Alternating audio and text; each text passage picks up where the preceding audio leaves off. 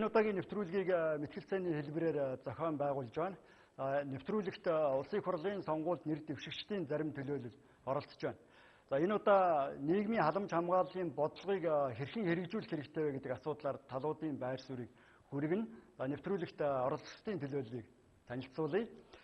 За энэ удаагийн нэвтрүүлэгт нийслэлийн Баянгол дүүргийн улсын хурлын сонгуулийн 67 дугаар тойрогт Монгол Ардын хувьсгалт намаас нэр дэвшигч Буяагийн тулга За нийслэлийн Баянгол дүүргийн улсын хурлын сонгуулийн 69 дугаар тойрогт ардчилсан намаас нэр дэвшигч Содмон Зундын Эрдэнэ. За нийслэлийн Баянзүрх дүүргийн улсын хурлын сонгуулийн 49 дугаар тойрогт Монгол Ардын намаас нэр дэвшигч Дулам Сүрэнгийн Оюун Харал. Нийслэлийн Чингэлтэй дүүргийн улсын хурлын сонгуулийн 66 дугаар тойрогт тусгаар тогтнол эв нэгдэл эвслээс нэр дэвшигч Ган Төмрийн Уянга. Нийслэлийн Сүхбаатар дүүргийн улсын хурлын сонгуулийн 59 дугаар тойрогт Биедаан нэр дэвшигч Баатар Жовын Мөнх соёл нар оролцож байна. Ингээд мэтгэлцээний ерөнхий бас дүрм зарчмыг нэвтрүүлэгт оролцогчдоо товч сануулж зөвлөе. Тэгэхээр энэ удаагийн мэтгэлцээнийг ерөнхийдөө 50 минутын туршид үргэлжлүүлнэ.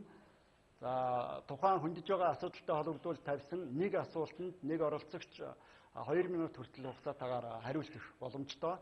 За цагийн хязгаарыг зохицуулахдаа бид дэлгэцний доод буланд гэрлэн бас дохио ажиллуулж за мөн бас сануулж цагны чимээгээр цагийг зохицуултыг хийсэн байгаа. За ингээд нэвтрүүлэгт оролцогчдод байр сууриа чөлөөтэй илэрхийлэх боломжтой. Ингээд эхний асуултыг бид оролцогчдоо бас нэвтрүүлэгт оролцохын өмнө ойлголцод тохиролцсон 1, 2, 3 гэдэг байдлаар 5 хүртэл дугаарлаж за нэг дугаарт сууж байгаа оролцогчоос эхлэе гэж ойлголцож байгаа. За ингээд хамгийн цаадахаас нэг гэж эхэлнэ. За эхний асуултыг тавья. За ер нь нийгмийн халамж хамгааллын бодлогыг цаашид зайлшгүй өөрчлөх шаардлага байна уу? Ер нь одоо нийгмийн зорилтод бүлэг рүү чиглэсэн халамжийн бодлогыг хэрэгжүүлэх нь зөв үү? Аль эсвэл одоо нийгмийн бүх бүлэг рүү чиглэсэн зохицуулт байх нь илүү оновчтой гэж ойлгож байна уу? За ингээд оролцдог. За энэ нэвтрүүлэгтээ сууж оролцож байгаа үндэсний олон нийтийн телевизийн хамт олондоо талархал илэрхийлье. Телевизийн суугаа үзэгчдийн хамбар мэндийг ирье. Тэгэхээр эхний асуултанд бас миний хувьд бол Монгол Ардын хувьсгалт намын мөрийн хөтөлбөрийг бас боловсруулах багт орж ажилласан. Манай мөрийн хөтөлбөрт бол гол нь энэ нийгмийн даатгалын систем, нийгмийн халамжийн системийг бол яаж өөрчлөгдөх вэ бол нэлээд ярилцсан байна яг энэ зүйл. Тэгэхээр ярилцаад яг өнөөгийн байдал маань бол яаж юм гэхээр оюутнуудаасаа ихсүүлээд өвөө эмээгийнхэн аав ээжийнхэн цалин тэтгэвэр тэтгэмжээр одоо төлбөрөө төлөвлөдөг, даалгадаг. Нөгөө халамжийн тогтолцоо маань ахмадууд одоо юу гэдгийг хөгжлийн бэрхшээлтэй иргэд гэж байгаа боловч яг үндсэн дээр тэрэн дээр хүмүүсийн маань өрхийн маань амьдрал орлого явагдаад байна.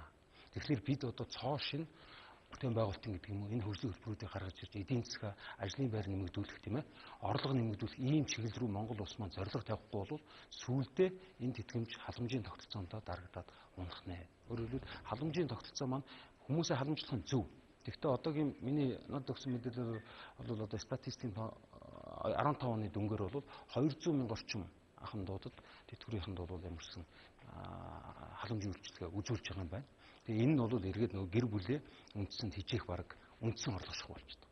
Тэгэхээр би энэ дээр яг юу хэлэх гээд байна гэхээр энэ халамжийн тогтолцоог дааж чадах ус хэмжээний бүтээн байгуулалтын ажлыг эхлүүлж тэн дээр ажлын байр бий болгож нөгөө өвөө эмээгийнхэн тэтгэвэр дээр амьдардаг залуучууд биш ажилтаа орлоготой харин халамжинд байх ёстой настангуудаа буурлуудаа тийжээдэг тэтгдэг ийм залуучуудыг одоо бий болохгүй бол Монгол улс энэ чигээр байгаад байвал бас сүүлдээ даахгүй болоод унах тийм бас эрсдэл байна гэж харж байгаа.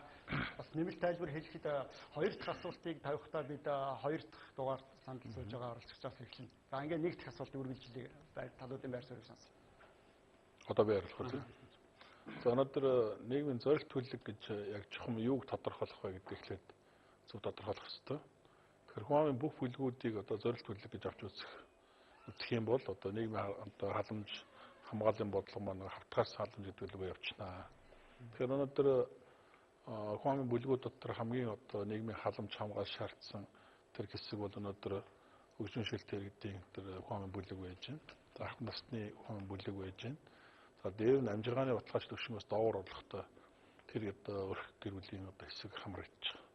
Тэгэхээр энэ дээр бид өнөөдөр ямар бодлого төвлөрүүлж байгаа юм гэхээр хуучин бол одоо хөгжмийн шилтээр гэдэг юм уу ах наснаас гадна амжиргааны баталгаач доод түвшинд байгаа аль хэдийн одоо орлогыг тодорхойлох, амжиргааг тодорхойлохдоо тухайн одоо хороо баг сумын одоо засаг даргын тодорхойлтыг үндэслэдэг байсан. Тэгвэл бид энэ зорилт төлөвийн зөв оновчтой хэн нэгний нөлөөгөөр одоо тодорхойлох боломжийг бүрдүүлэх зорилгоор одоо нийгмийн халамжийн мэдээллийн санг бол салбар дундын мэдээллийн санг үүсгэн байгуулад одоо үндсэндээ 3 дахь жилдээ ажиллаж байна. За энэ хугацаанд бол 2.7 сая орчим иргэний нийт өрхийн одоо нэг 90 гаруй хувийг хамруулсан 750 мянган өрхийн одоо мэдээллийн санг багтаасан.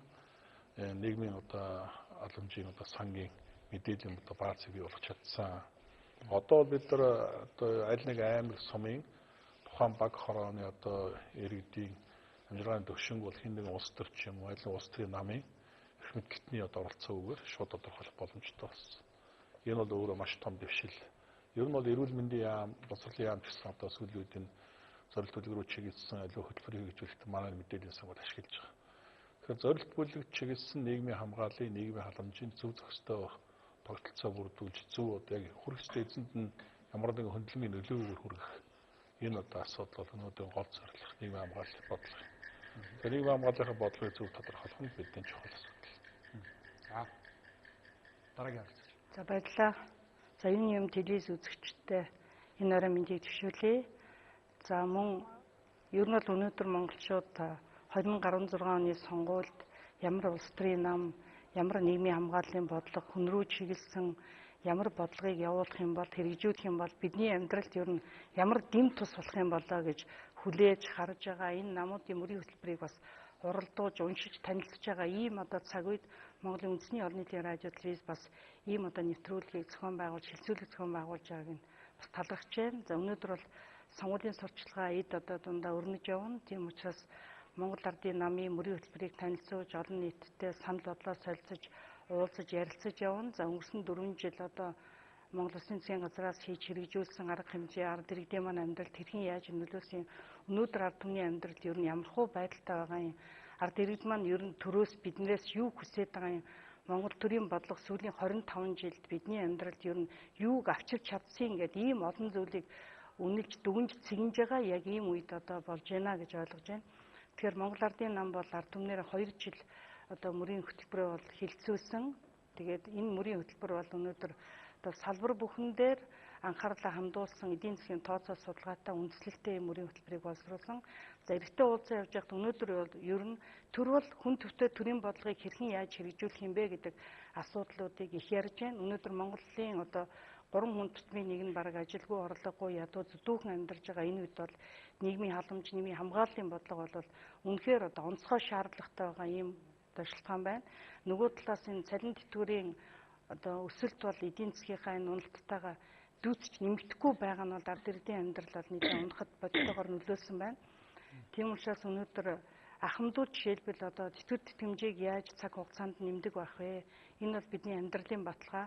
Өнөөдөр 264 мянган ахмад маань одоо хамгийн бага тэтгэвэр авдаг 60% нь байна гэж бодвол энэ хүмүүс бидний авдаг тэтгэврийн 190-ээс 230 мянган төгрөг бол амьдралын баталгааг хангаж чадахгүй байна. Өдөр бүр нэмэгдэж байгаа өргөн хэрэглээний бараа бүтээгдэхүүний үнийн өсөлтөнд бид бол дарагдж байна. Тийм учраас тэтгэврийн зээлтэй амьдарч байна. Өнөөдөр иргэдийн маань одоо тэтгэвэр авагчдын маань 85% нь одоо тэтгэврийн зээлтэй, зээлээс зээлийн хооронд амьдарч байна гэд ингэж ярьж байна. Тийм учраас өнөөдөр нийгмийн тийм асуулт бол нийгмийн хамгааллын, нийгмийн халамжийн бодлогод өөрчлөлт оруулах шаардлага байна уу гэсэн би бол байна гэж үзэж байгаа. Өнөөдөр нийгмийн тийм Эрдэнэ сайдын хэлдэг шиг тийм зорилттой бүлгүүд бол маш их болсон байна л да. Янз бүрийн шинээр өвчнүүд гарч ирсэн, хөгжлийн бэрхшээлтэй иргэд тэр байтугай дан хөгжлийн бэрхшээлтэй иргэдээс бүрдсэн гэр бүл хүртэл одоо нийгэмд үүссэн байна. Тэгэхээр бид нар бол зүгээр 3 сая иргэн болгоно, 3 сая иргэний мэдээллийн бааз чухал. Гэхдээ би бол нийгмийн халамжийн бодлогыг хэрэгжүүлэхдээ одоо бүгдээрээ гэр бүл рүүгээ төвлөрүүлж ингэж чиглүүлвэл яасан бэ гэсэн ийм огт өөр чиглэлийг бол жишээлбэл тусгаар технологийн нийтлэлийн эсэл мөрийн хөтөлбөртөө санал болгож байгаа л да. Бид нар хөгжлийн бэрхшээлтэй иргэд, ахмад наснууд, За тэгээд одоо хүүхдүүд гэдэг ингээд олон те тэжээгчээ алдсан ч гэдэг юм ингээд олон нийгмийн салбар бүлгүүдийг авч үзээд тус нь чиглэсэн нийгмийн бодлого явуулна гэх юм бол энэ өөрөө бас жоохон тийм үрэлгэндүү ийм тогтолцоо болоод байгаа. 3 сая хүний өөрөө нэг 750 орчим 700 гаруй мянган гэр бүлд багтж байгаа. Тэр гэр бүлийн хүрээнд энэ нийгмийн халамжийн бодлогыг уйж авчираад за энэ гэр бүл яг ямар бодлого хэрэгтэй вэ гэдэг талаас нь хандаж ярил өөрөө бид нар энэ бодлогыг цэгцэрч ирэх юм болов уу гэж бодоод байгаа. Жишээлбэл нэг гэр бүл дотор хүүхдийн асуудалж ордог, ахмадын асуудал ордог, тэр ажилгүйд нь ордог, тий хөгжлийн бэрхшээлтэй иргэн нь ордог. Яг энэ бүх чиглэлийг гэр бүлдээ уйж авчираад за энэ гэр бүлд ямар бодлого байвал зохистой вэ гэдэг талаар түр илүү анхаарлаа хандуулж чиглүүлж ажиллавал шийдэхэд илүү дөхөнтэй болно гэж ингэж надад санагддаг л да. Энэ чиглэлээр бол бид нар бодлогоо чиглүүлж бас энийг хэрхэн өөрчлөх шаардлагатай вэ гэж мөрийн хөтөлбөр тусгасан санаануудаа иргэддээ ярьж яваа. Үнэхээр тэр нь ч зөв байна. Жишээлбэл маш олон асуудлууд хаягдж байна л да. Гэхдээ энэ бүхэн маш их хөрөнгө хүч гаргаж байгаа боловч шийдэл нь болж гарч чадахгүй байна. Одоо ингээд ахмад наснууд харах хүнгүй одоо аав ээж нь хоёулаа аригддаг 6 дугаар ангийн хүүхэд нь аав ээжигээ хардаг тэжээдэг айл хүртэл байна шүү дээ. Энэ айлыг одоо яаж бид нар нийгмийн халамжийн бодлого ийшээ чиглэх юм? Харах хандах хүнгүй байжгаад хөгжлийн бэрхшээлтэй ингээд хүнтэй харьцаж чадахгүй хүмүүсээ орхиод одоо нас барж байгаа юм хүмүүс байна. Тэр үлдсэн хүмүүст нь ямар нийгмийн халамж чиглэх юм? Энэ хаягдсан энэ одоо эцгийнх нь харж хандахгүй байгаа хүүхдүүдийг бид нар хаана нэгтгэж аяачиж асарч хамгаалах юм бэ гэдэг энэ бүхэн яг тийм нарийн чиглэсэн юмнууд одоо бол тодорхойгүй байна л да. Энэ бүхнийг тодруулах шаардлагатай. За энэ орой мэндийг нийт үзэгчтэй өргөе. Тэгээд хүмүүсийн хариулсан дээр давхцахгүйгээр бас нэмж хэлэхэд ерөнхийдөө одоогийн байдлаар манай нийгмийн хамгаалах халамжийн бодлогын нийт одоо зардал төсвийн 337%-ийг одоо дотоодын нийт бүтээгдэхүүнтэй харьцуулах харьцааны юм байгаа. Тэгээд одоо нэгдсэн үндэсний байгууллага болон бусад одоо холбогдох яамдуудын хамтарч хийсэн судалгаагаар энэ бол хангалтгүй дотоодын нийт бүтээгдэхүүнтэй харьцуулахад энэ одоо зардал маань өсөөд 442%-тай байх шаардлагатай гэсэн ийм тооцоо гарсан байна. Тэгэхээр нийгмийн халамж хамгааллын одоо суур төвшин гэж байдаг. Энд болохоор юуг оруулж ийнэ гэхээр эрүүл мэндийн асуудал тэг бүх насны хүмүүс буюу хүүхэд, хөдөлмөрлөх насны хүмүүс мөн ахмад үе оруулж байгаа шүү дээ. Тэгэхээр эрүүл мэнд гэхээр бүх одоо үр багчуудаас эсвэл одоо төрөх гэж байгаа эхчүүд, хөдөлмөрийн одоо хөдөлмөр ажил эрхэлж байгаа хүмүүс, ахмадууд бүгд орно. Тэгэхээр эрүүл мэндийн даатгалын асуудал орж ийн. Мөн нөгөө талдаа саяны миний хэлсэнчлэн насны онцлогуудаас хамаарат халамжийн бодлогод янз бүр ах хэрэгтэй байна. Тэгэхээр энэ бол маш цогц ийм том одоо бодлого энэ хэмжээнд тэрвжсэн асуудал. Бид нар одоо би эдийн засагч хүний хувьд олон жил бас шүүмжлэх зүйлүүд бол гардаг байсан. Тэр нь юу вэ гэхээр хитрхи хавтгаарсан бодлого хэрэгжиж байна. Жишээлбэл тэртээ эдийн засаг ийм эмзэг үед одоо өнөөгийн нөхцөлд хавтгаарсан бодлогыг мөнгөгүй төсвөөс гаргаснаас аль болохоор яг эмзэг хэрэгцээ шаардлага нь өндөр байгаа айлууд өрхүүдтэй төлхөө дэмжлэг үзүүлвэл илүү ач холбогдолтой тэдрийг одоо илүү одоо дэмжиж эмзэг байдал ядуу байдлаас дундаж давхруу өргөхөд нь бас нөлөөтэй гэж ингэж үздэг. Тэгэхээр одоогийн бодлогыг хараад үзэхэд нэг талдаа яг дотоодын нийт бүтээгдэхүүнтэй харьцуулахад ер нь төсвийн орлого зарцуулалтаа харьцуулахад нөгөө гаргаж байгаа нийт хэмжээ нь хангалтгүй илүү мөнгө зарцуулах шаардлагатай байгаад байдаг. Нөгөө талдаа харахаар бас хэрэгцээ нь өндөр байгаад байдаг.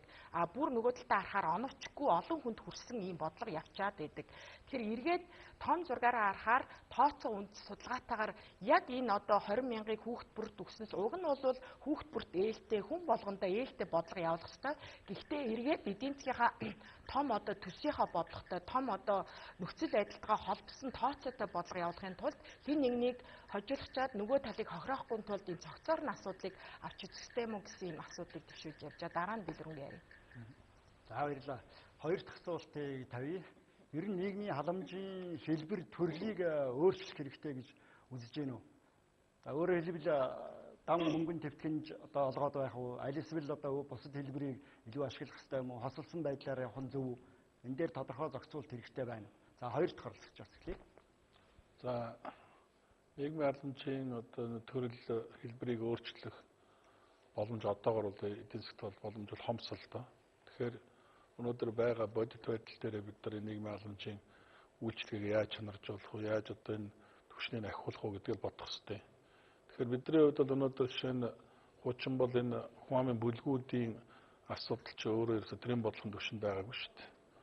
Хуамын хөгжлийн бодлого гэдэг юм бол ерөөсө урсгалаараа юм аливаа нэг юмны хасраг маягаар л явж ирсэн.